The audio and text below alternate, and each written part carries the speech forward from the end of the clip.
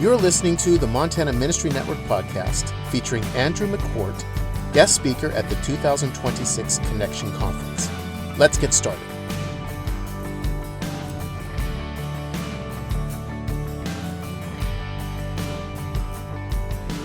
Plan for my life. And I remember going to youth camps. I remember coming to the front when someone was preaching like this. And you all know you must have a place, you do have a place in Montana of where you have 7 youth camps in the summer and kids come to the front and you fall on your knees and you cry out to God and you get the Joseph dreams and you're excited and you're writing them down and you're verbalizing them, you're tweeting them, you're putting them on Insta Reels. Whatever you choose to do in life, you are so excited. But you fall on your knees at the front and you say, God, use me. But a few years later, we can end up saying, I feel used.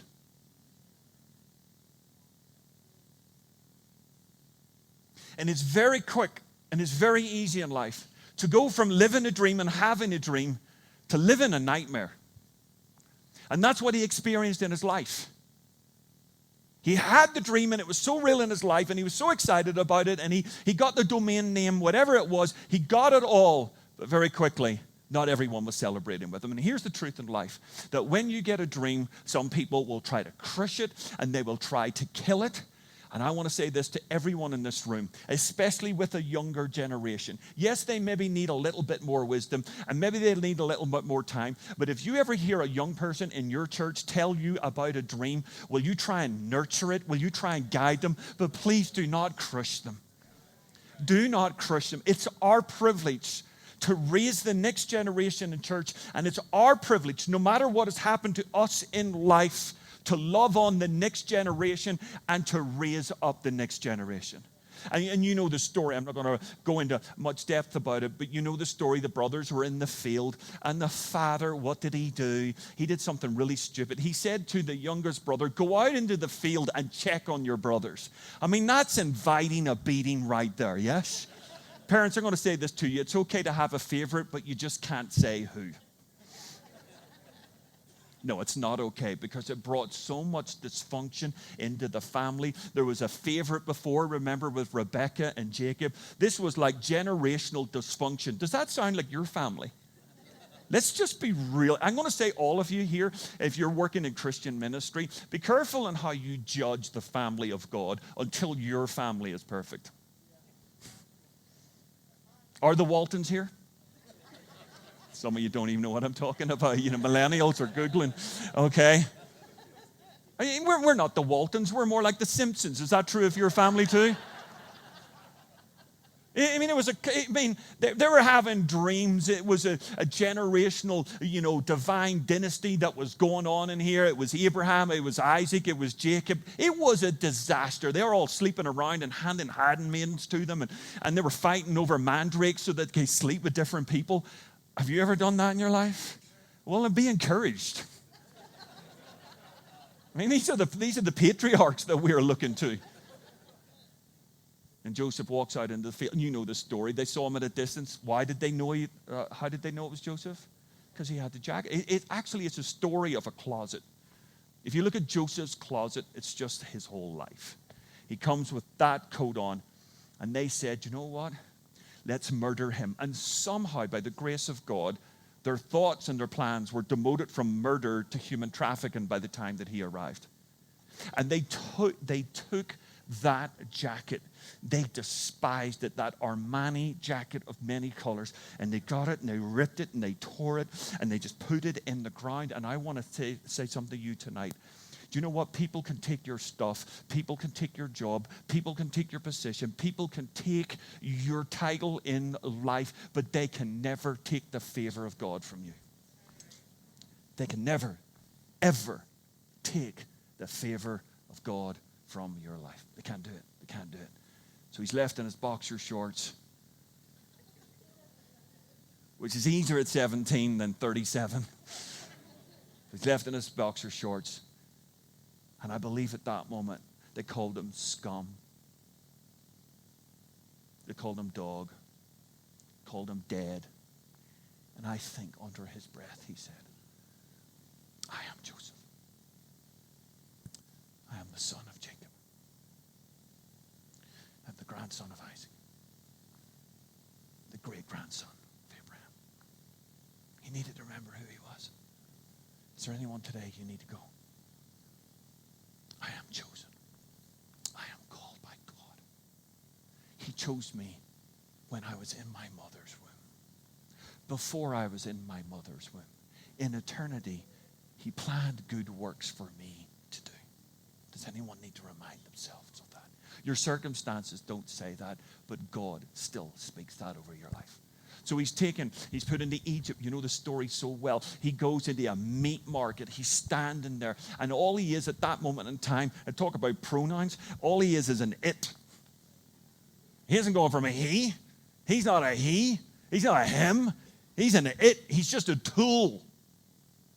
I'll take it. Potiphar comes up and he's 17. He's lean and he's mean. He's on that Mediterranean diet. I mean, he's a cool looking guy. He's okay in his boxers, as said. And then he just comes up and Potiphar like feels his calves and his leg in the meat market. And I'll say, I'll take it. And he goes, I am Joseph. I know who I am. And he brings him to his house. And you know the story. He goes into the house. And this is what it says. Because he had the favor of God upon his life. And I want you to hear this, that no matter where you go, if you keep your heart and you keep your spirit right, you will thrive. You will thrive in life. And that's the secret. It's not about where you are. It's about who are you going to be in life. When life suddenly turns against you, when the dream becomes a nightmare, who are you going to be at that moment in time? And it says this, that Potiphar didn't have to worry about anything in the house or in the field because Joseph was there and he was taking care of it. And we say back in the UK, the cream always rises to the top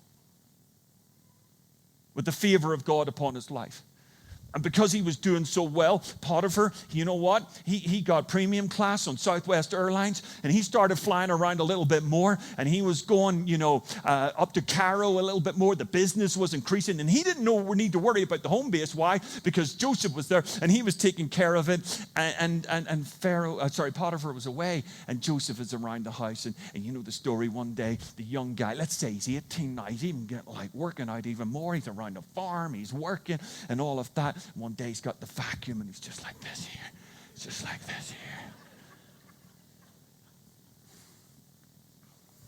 And you know that cougar in the house. Wah! She's just lying around on a chaise longue eating grapes. And she's seeing this young boy and she's like, I want a piece of him. And she was a subtle girl. You know, like an easy chat up line. Come to bed with me. Wow. And you know what he should have said? He should have said, which one? Oh, which one? That's according to, I'm going to be honest with you, modern Christianity and even leadership. Because we don't set the best example in this area. It's like, I stepped out for God. I spoke up for God. I got the dream. I didn't ask for the dream. He gave me the dream. Like, you know what? Like God owes us or God put something on our lives, that was too big to carry. And it didn't work out. He gave me the dream, let's be honest, a year ago or 2 years ago, and it hasn't worked out. God owes me. I'm going to deconstruct. Or I'm going to implode. You see, this is one thing that I'm finding out in life, and I don't know about you, but I am still carnal. I'm still selfish.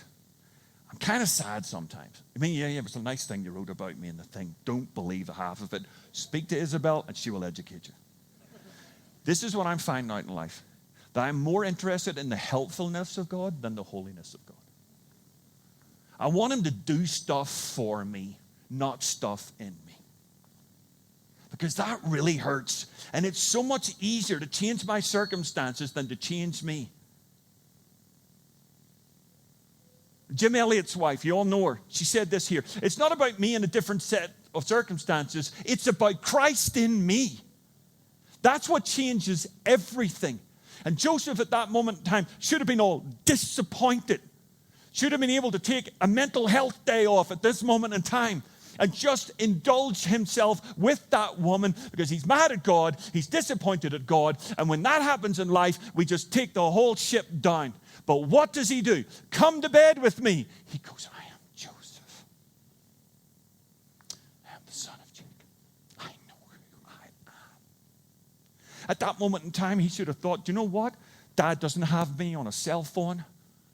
Dad isn't like, find my brat. He doesn't have that at the moment. He's not hovering over me. I'm at college by myself. No. Who would ever know? You know what Joseph knew? He knew that God would know. And I just want to say to all of us leaders here, and I'm not here, about to preach at women. I want to speak to the guys for a moment. I'm just going to say, guys,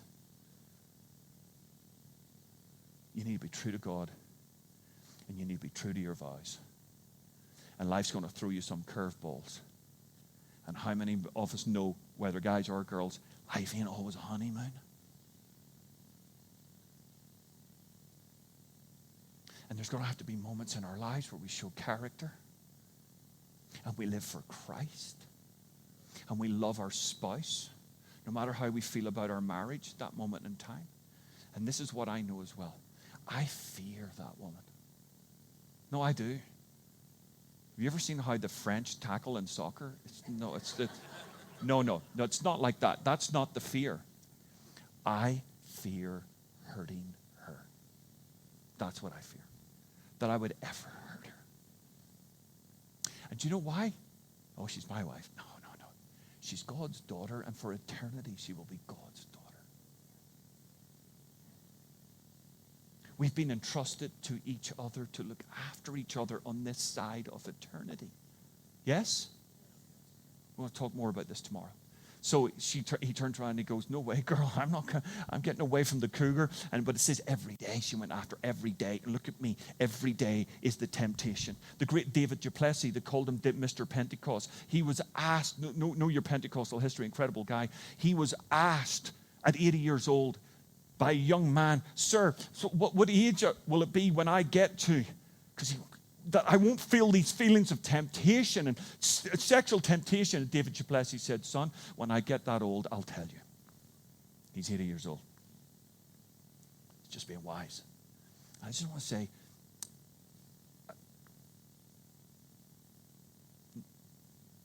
God's got a plan for you, but the devil is a schemer. The devil is a schemer. He comes to what? He comes to steal, kill, and utterly destroy. The stealing's not enough. Killing's not enough. He wants to come to utterly destroy. And you think, well, it's just been a few jokes with that girl, and it's just been with that guy. He seems to get me more. He comes to steal. He comes to kill. He comes to utterly destroy. I often think of Samson, Pastor David, and I think of Samson, and I just think about this. I don't know if you think about murder, but I think about murder sometimes. In this sense. Delilah's got him. Go to sleep, la la la la la la la. The Philistines are in the room. Well, if it had been me, if I was a Philistine, you know what I would have done? When he's asleep, I'd have had my knife, jumped over the sofa. You all with me? Psycho music in the background. I'd have done it all. Does that not sound like a plan? He's sound asleep. The strongest man is asleep. He's got his back to us. Bum, bum, bum, bum, bum, 5 of us. He's dead. Yes? But you know what? That wasn't enough for them. They didn't want him dead. They wanted him humiliated. That's how evil the enemy is. Are you glad you came to get all this encouragement? But it's true, everyone. And the young man, 18, 19, he had the sense to know who he was and what he was guarding. And he had destiny in his life. And I want to encourage you, one of the biggest secrets of Joseph in his life was that he never let the outside get on the inside. As you remember, anything else is that this is the biggest battle of our life, is not letting this world and all its views that pummel us every single day of our life. We cannot let the outside get on the inside, but actually we're called the people of God, and our job is to let the inside affect the outside. Not that the darkness corrupt the light, but let the light fill the darkness. And there's going to be moments in our lives that darkness is going to be so strong. But greater is he that is in us than he that is in the world. This is still the first point. Don't encourage me anymore, all right? Then he gets put off into prison. Watch the wardrobe, because what she does, or the closet, what she does in the end, she goes after him one day and rips it off. He's back to boxers. Back to that feeling again. He goes to prison. Let's be honest, thinking of murder again. I'd rather go to prison with an attempted murder charge or a false murder charge over me than rape. And how low is this going to go? And he's put into prison as an attempted rapist. And one day, two guys, a baker and a butler, come up to him, and they say to him in the morning, "Hey, Joseph, how you doing?" He goes, "I'm doing good. Last night, we both had a dream." You know what my reaction would have been? Don't you dare say the word dream around me. Don't you mention dream. You know what happened in my life? I had a dream, and that's why I'm here living a nightmare. Now slop out your cell and make the coffee. But what did Joseph do? He said, "Pull up a couple of seats and tell me about your dream." What nightmare are you going through? What nightmare have you been through? What feelings do you still have? I'm going to ask you a simple question. In the middle of your nightmare, can you still serve somebody else's dream? Sometimes that's the key to release your dream. That's the key right there. So he remembered who they were. He remembered who he was, and he was Joseph. But this is important too. He remembered who they were. They were human. He said to them, and now, do not be distressed. I would not have said that. I would have said, be very distressed. Because I'm going to tie your hands to chariots. I'm going to tie your feet to chariots. I'm going to make them go in separate directions. And do not be angry with yourselves. I would have said, oh, be very angry for selling me here. Because it was to save lives. But God, look at this. See the way he got a higher thought. God sent me ahead. You didn't do it. God was in charge the whole time. We'll come to that in a second. I just want to throw this out to you for a second. As leaders, Christian leaders that are trying to live in a wholesome way, in a pure way, guarding your heart, not letting the outside get on the inside. Don't play the blame game. Nobody wins the blame game. There's no winners in the blame. And the devil loves you playing the blame game. It was her, and if they hadn't have done that, and if she hadn't have said that, and if we throw out this net of if they hadn't have done that, and what I was owed in life, and I don't play the blame game. It's no one wins in the blame game. No one wins. Let me illustrate this here. I'm from Northern Ireland. My dad, when he was 16, left Belfast, went and joined the Royal Marines. For 9 years, he was in the Royal Marines, saw 37 different nations, traveled the world, served his country. He actually became the middleweight boxing champion of the Navy and just knew how to use his hands and his mouth. And my mother said he was a wild guy altogether, until a gentleman by the name of Ted Seymour, a naval missionary, went to my father's barracks in the south of England, shared the gospel with him on 3 occasions, and my dad confessed Christ as his Savior. Was radically saved. Came home, told my mother, she was blown away, never heard the like of this. It was like, what on earth? But you know what? It's like he learned to speak in tongues, not at that moment in time, but he stopped swearing, and my mother knew immediately God had got into his life. And then he left the Marines for a quiet life. He came home to Northern Ireland in 1969. Anyone remember the 1900s? Anyone in this room remember back in the last century, the 1900s? All right, yeah. So in 1969, he came home for a quiet life. Some of you in this room will remember. Others you'll need to Google. But at that moment in time, my father became a police officer, and he just wanted to serve his community, law enforcement. But he didn't realize that the country, 1969, 1970, was going to descend into utter carnage. There would be a civil war that would just bring murder and mayhem, which would leave him actually as a target for terrorists because they saw him as serving the British state. And he didn't have a barracks to go home to. He just had our family home to come home to. And it was constant chaos.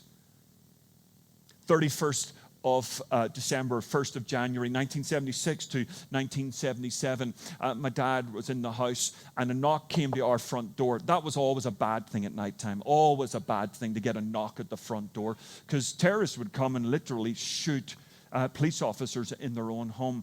And I remember what we used to do. What used to happen was that our front door was here, but the living room door was here. And my father would never, ever pull back the curtain on the front door, or would never stand in front of the front door and answer through the curtain, because they would just shoot through the front door. So he would always stand to the side front doors here. He'd be in the living room, would get his gun, 357 Magnum, hold it here in his holster, and would say these words, "Who's there?" And it used to terrify us as children, because front door was there, but if you went up the hallway, my bedroom door was there. The head of my bed was here. When I heard my dad said, "Who's there?" I would always sit up in case the bullet went through the front door, would go through my bedroom door and hit me in the head. See, every day when we went to school, Dad would say, "I'll give you a ride, but you stay in the house," until he went to check the car. He would have to check the car. And we didn't have a garage, and he would have to go underneath the car every single day and look for a bomb. And then that wasn't good enough. In case there was like a hidden tilt switch, he would have to drive around the block in case it unsettled the bomb, and he would take the hit and we wouldn't. And then he would come collect us and we would get in the car. Literally, that was life.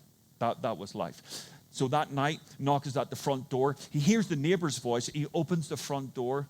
And he sees the neighbor, and he said, "What is it?" And he said, "Derek," it's my father's name. He said, "Derek, I think," and boom, our street blew up. There's a car bomb planted in the street. I think we've got a photograph of it here.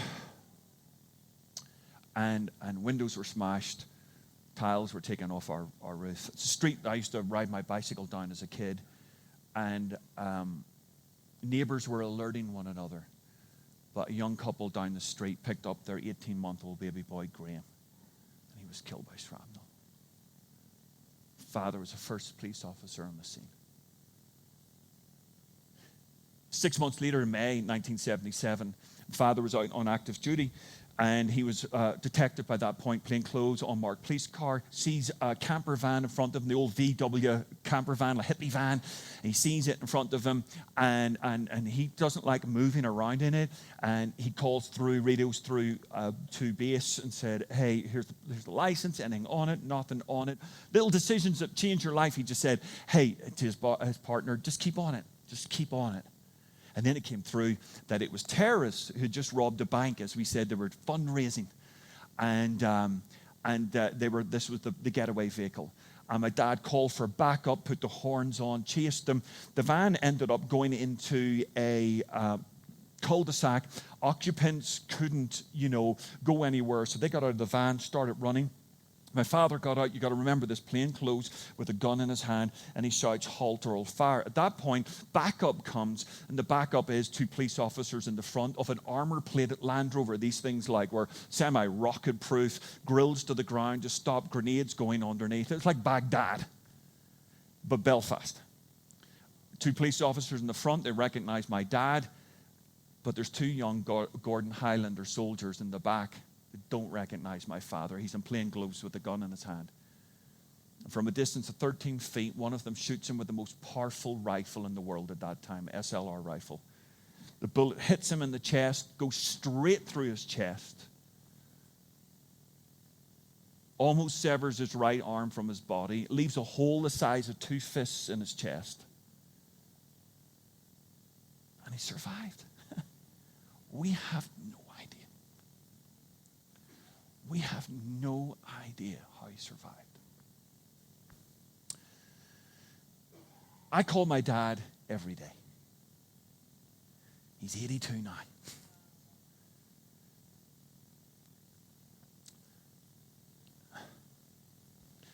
And Isabel will tell you this. Well, let me put it this way. When he turned 80, we did a big party for him and a big celebration of his life. And normally you would think to yourself, there's a guy who's been through everything that he's been through. multiple bombings, attending 300 of his colleagues killed. And you would think, don't let the grandchildren go near him. Angry and mad and old bitter granda. All the war stories. Not my dad. He's full of joy.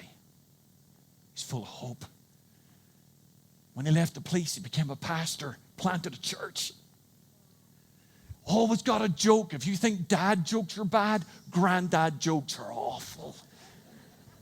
He's happy. He's jolly. Why, everybody? Because he refused to let the outside get on the inside. And this is not a psychological tactic. This is called the kingdom of God. This is called salvation. This is what makes us different from everybody else in our street.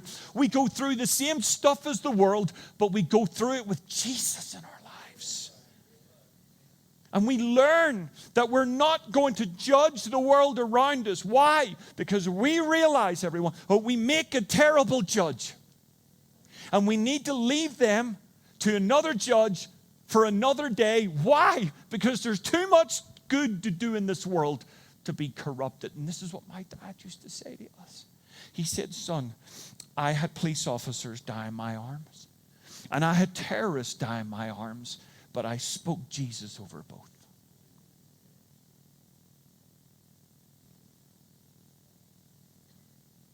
Isabel and I, she said this yesterday. This stuff's easy to preach, but it's harder to live. Feels good to preach it. It's really hard to act it. Joseph 41, chapter 41, verse 51 to 52. This is what it says. Joseph named his firstborn Manasseh and said, it is because God has helped me or made me forget all my trouble and all my father's household. And the second son he named Ephraim, and he said, it is because God has made me fruitful in the land of my suffering. Notice this guy, even before he had the reunion with his brothers, he had a prophetic breakthrough in his life. And when he got a kid, he thought, I'm not going to take any hurt that I've experienced in my life and put it across to the next generation. I'm not going to do that. And he called him Manasseh, and he said, I'm going to call him, the Lord has made me forget. And every day he would shout, up the stairs, son, we're going to school. Come on, the chariot's ready. Manasseh, come down. And it was a prophetic statement. God has made me forget. And then his little brother came along, Ephraim, and he said, God has made me fruitful. Hurry up, God has made me fruitful. And here's the truth. Many of us, we haven't had a Manasseh, but we're trying to have an Ephraim. And what we're trying to do is be fruitful before God has made us forgetful. And you haven't dealt with the stuff. And that's dangerous as a leader. There's no perfect leader. We're all broken. We're all in recovery. But if you try to be fruitful without letting God make you forgetful, it's theologically, I don't have time for all of this, but there's massive theological issues of reconciliation here. It's just so incredible. It's just because all these brothers were fighting. All these brothers were fighting. Cain and Abel, remember them? God's first family. I mean, that was God's family. Now look what happened to them. Your family's doing awesome.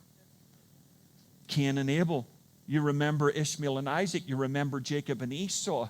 Do you remember all the brothers fighting? And then Joseph and his brothers are fighting, or rather they are fighting with him. What was the devil's first question?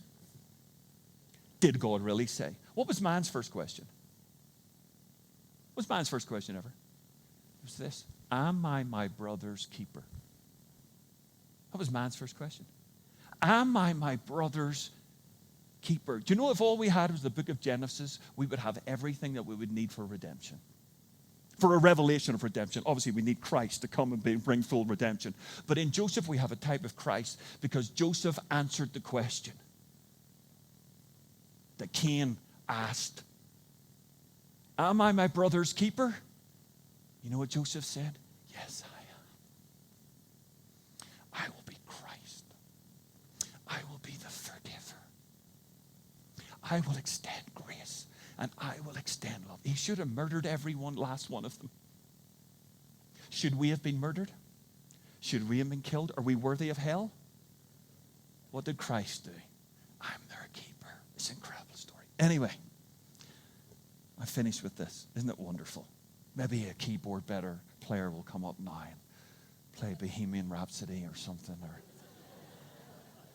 give it up for this guy, can you? Can you give it up for him? They are the giver of hope. You will not understand in your church what it feels like for your congregation to see that person come. Because they're going to see the game. So I finished with this. He remembered who God is.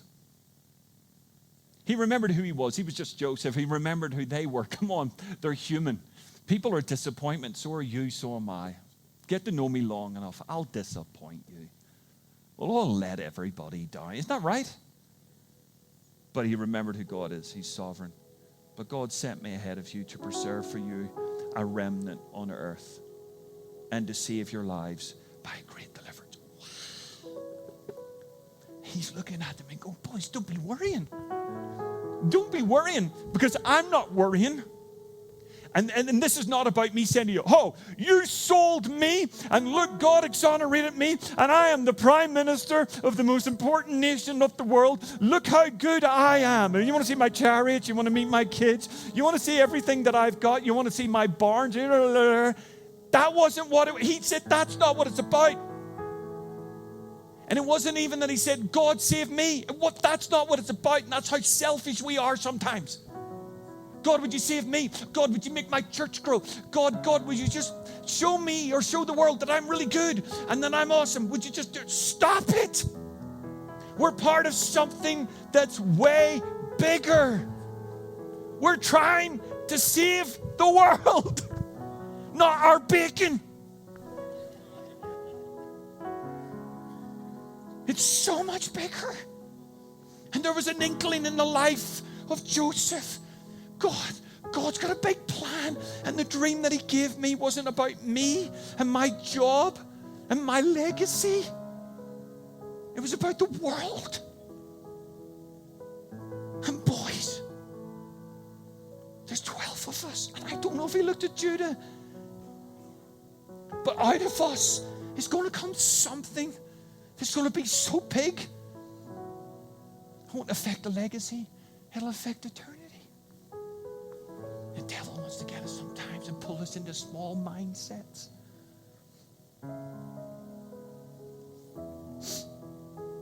I once heard this said, that's going to go on the screen. If I had the power of God, I would change my circumstances. But if I had the wisdom of God, I wouldn't. Some of you needed to hear that tonight. If I had the power of God, of course I have the power of God, I would zap some people tonight. I've got a hit list.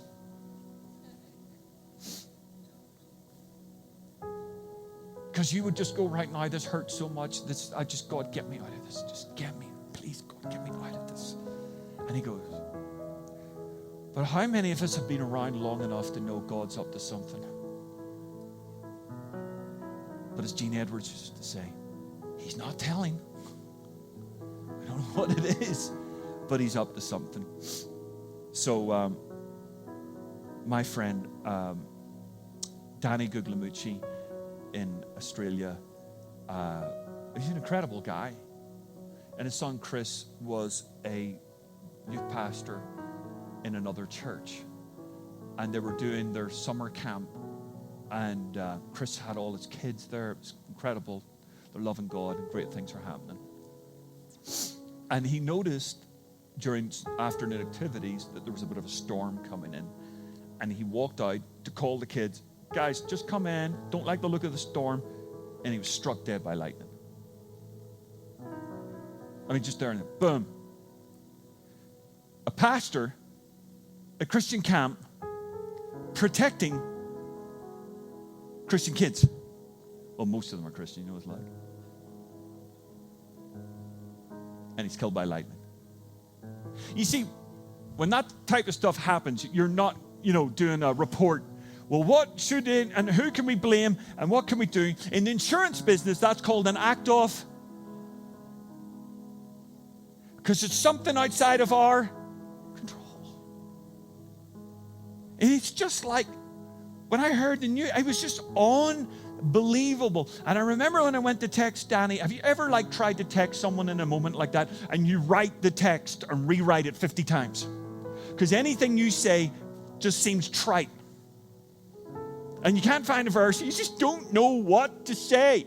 And it was something as weak as, Danny, it is unbelievable. We're broken with you. So I don't know. Praying God's grace, da-da-da-da. But on the day that Danny buried Chris, he tweeted this. As our beautiful son Chris has left us for heaven, I'm found practicing what I've preached. Trust sovereignty when there is no clarity. I just gotta trust him. I don't know. I just don't know why. But I know who is good. Yes? And I want to encourage you today in all of this. Remember who you are. You are called by God, chosen by God. Yeah, you're a little beat up and you're a little bit broken, but you're called by God, chosen by God. You're gifted by God. He is behind you. There will be a new day, and this current season is not going to maybe be your last season. Just trust God. He's going to be with you. And you know what? Begin to forgive others like Christ. And here's the truth. Not only does his forgiveness come to me, but his forgiveness goes through me to those that need it. And I'm going to leave them with Jesus. I'm going to try and sleep better. And that's what I'm going to do. And you know what? I'm just going to do what I can. And I'm going to trust God with the stuff that belongs to him. And out of this, I'm going to try and become a Jesus-like leader, walking with a limp and walking with brokenness on a journey to wholeness in the name of Jesus. Thank you.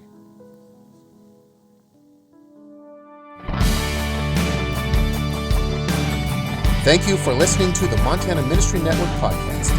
You can learn more about our network of churches by visiting our website, www.montanaministrynetwork.com.